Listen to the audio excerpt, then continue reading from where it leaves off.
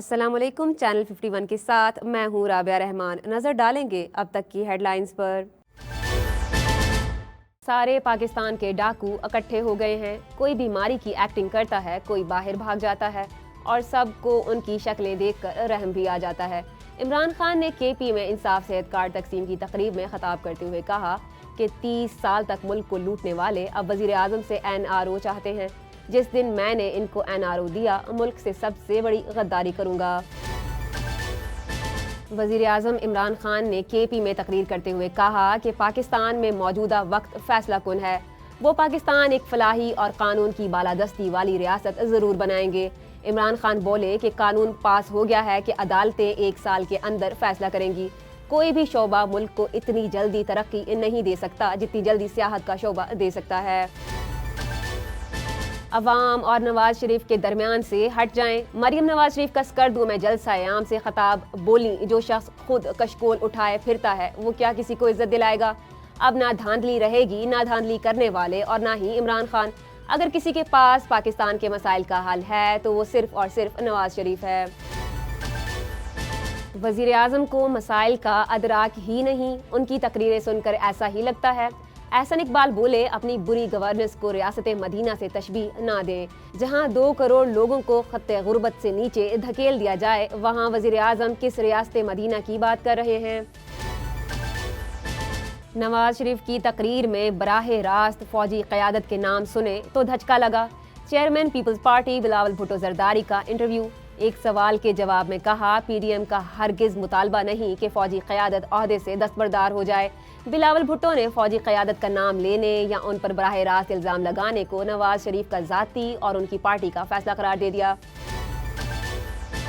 بلاول بھٹو کے غیر ملکی نشریاتی ادارے کے انٹرویو پر معاون خصوصی برائے وزیر اعلیٰ پنجاب فردوس عاشق اعوان نے اپنے ٹویٹ پیغام میں کہا کہ بلاول کے بیان نے PDM کے تابوت میں آخری کیل ٹھونک دی ہے۔ یہ بات بالکل کھل کر واضح ہو گئی کہ فرزند زرداری نے خود کو نون لیگ کے بیانی سے الگ کر دیا ہے۔ انشاءاللہ بہت جلد ملکی معیشت کو درپیش چیلنجز پر قابو پانے میں کامیاب ہو جائیں گے۔ یہ بات وزیر خارجہ شاہ محمود قریشی نے گورنر اسٹیٹ بینک رضا باقر سے ملاقات کے دوران کہی۔ بولے، یورپی یونین کی جانب سے پاکستان کے لیے GPS پلس اسٹیٹس کا تسلسل، روپے کی قدر میں اضافہ اور دیگر معاشی اشاریے ہماری درست سمت کی نشاندہی کر رہے ہیں۔ بھارت سے مکمل آزادی تک کشمیری اپنی جدوجہد جاری رکھے۔ یوم شہدائے جموں پر صدر آزاد کشمیر کا ویڈیو پیغام۔ کہا، 6 نومبر کا دن وطن کی خاطر لاکھوں جانوں کی قربانی دینے والے شہداء کا دن ہے۔ 73 سالوں سے کشمیری اپنے حق خود ارادیت کے لیے 5 لاکھ سے زائد جانوں کا نذرانہ پیش کر چکے ہیں۔ نفرت انسان سے نہیں، جرم سے ہے۔ محکمہ جیل خانہ جات کو اس اصول پر آگے لے کر چلیں گے۔ فیاض الحسن چوہان کی جیل ریفارمز کے حوالے سے اعلیٰ سطحی اجلاس میں گفتگو۔ کہا، قیدیوں کو معاشرے کے کارآمد رکن بنانے پر کام کریں گے۔ پشاور کے مزید 7 علاقوں میں کل سے صرف جنرل سٹورز، تندور اور میڈیکل سٹورز کو ہی کھلنے کی اجازت ہوگی۔ ڈپٹی کمشنر پشاور نے کورونا وائرس کے پھیلاؤ کی وجہ سے مختلف علاقوں میں لاک ڈاؤن لگانے کا نوٹیفیکیشن جاری کر دیا ہے۔ KMC کے محکمہ انسداد تجاوزات کی شہر کے مختلف علاقوں میں کارروائیاں۔ ناظم آباد کے پل کے نیچے آباد خانہ بدوشوں کو ہٹا دیا گیا۔ لیاری ندی میں بنائے جانے والے جھونپڑے گرا دیے گئے۔ شاہ فیصل کے علاقے میں فٹ پاتھ پر قائم بازار ہٹا دیا گیا۔ ہیڈ لائنز آپ نے جانی، اب چلتے ہیں ان کی تفصیلات کی جانب۔ پاکستان میں اس وقت ایک ڈرامہ ہو رہا ہے۔ سارے پاکستان کے ڈاکو اکٹھے ہو گئے ہیں۔ وزیر اعظم عمران خان نے KP میں انصاف صحت کارڈ کی تقسیم کی تقریب میں خطاب کرتے ہوئے اپوزیشن کو آڑے ہاتھوں لیا۔ انہوں نے کہا کہ ملک سے باہر بیٹھا ایک شخص نئی گیم کھیل رہا ہے، ملک کی فوج کو انہی کے چیفز کے خلاف بھڑکا رہا ہے۔ اس شخص سے بڑا ملک کا غدار کون ہوگا؟ وزیر اعظم عمران خان نے نواز شریف اور آصف زرداری پر تنقید کرتے ہوئے کہا کہ دونوں نے مل کر ملک کو 30 برس تک خوب لوٹا اور ایک دوسرے کو چور چور بھی کہتے رہے۔ ان دونوں کی حکومت میں پاکستان پر قرض کا بوجھ 4 گنا بڑھا۔ اب اس کا بوجھ موجودہ حکومت کو اٹھانا پڑ رہا ہے اور اب دونوں مل کر وزیر اعظم سے NRO مانگ رہے ہیں۔ عمران خان نے کہا کہ کوئی بیمار ہونے کی ایکٹنگ کرتا ہے، کوئی لندن بھاگ جاتا ہے، اتنے بیچارے بن جاتے ہیں کہ ان کی شکلیں دیکھ کر عورتیں بھی رونے لگتی ہیں، یہاں تک کہ عدالتوں کو بھی رحم آ جاتا ہے۔ نواز شریف ملک کے باہر بیٹھ کر پاکستان کے خلاف بول رہے ہیں، بیٹی پاکستان میں اداروں کے خلاف بول رہی ہے، بیٹے پاکستان نہیں آتے کیونکہ آئے تو پکڑے جائیں گے۔ وزیر اعظم نے کہا کہ جس دن انہوں نے اپنی کرسی بچانے کے لیے NRO دیا، اس دن وہ ملک سے سب سے بڑی غداری کریں گے۔ مشرف نے زرداری اور نواز کو NRO دے کر بڑا ظلم کیا۔ عوام اور نواز شریف کے درمیان سے ہٹ جائیں۔ 2 سال حکومت کے بعد آپ کو جب باور ہو چکا ہے کہ حکومت نہیں چل سکتی تو عوام اور نواز کو ایک ہونے دیں۔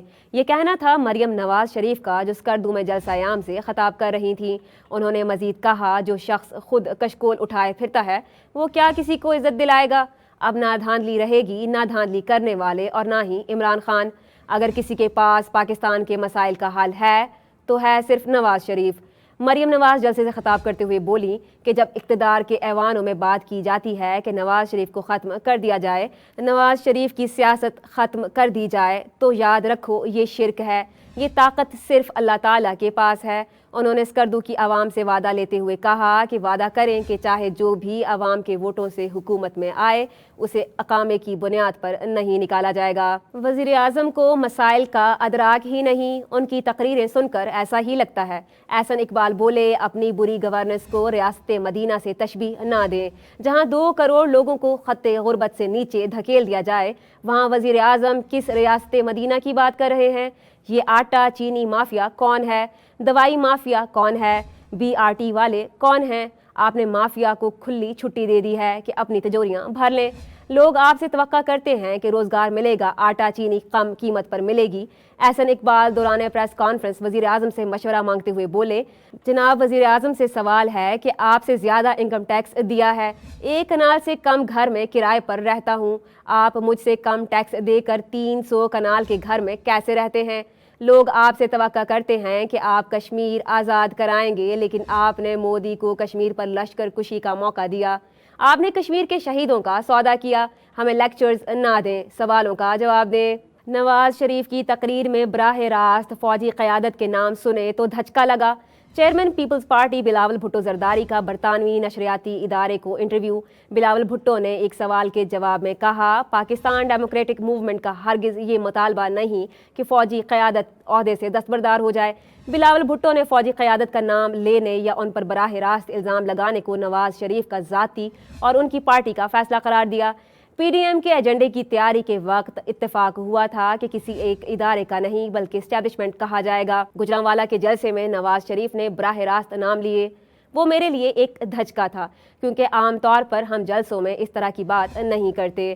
انتظار ہے نواز شریف کب ثبوت پیش کریں گے۔ بلاول بھٹو کے غیر ملکی نشریاتی ادارے کے انٹرویو پر معاون خصوصی برائے وزیر اعلیٰ پنجاب فردوس عاشق اعوان نے اپنے ٹویٹ پیغام میں کہا کہ بلاول کے بیان نے PDM کے تابوت میں آخری کیل ٹھونک دی ہے۔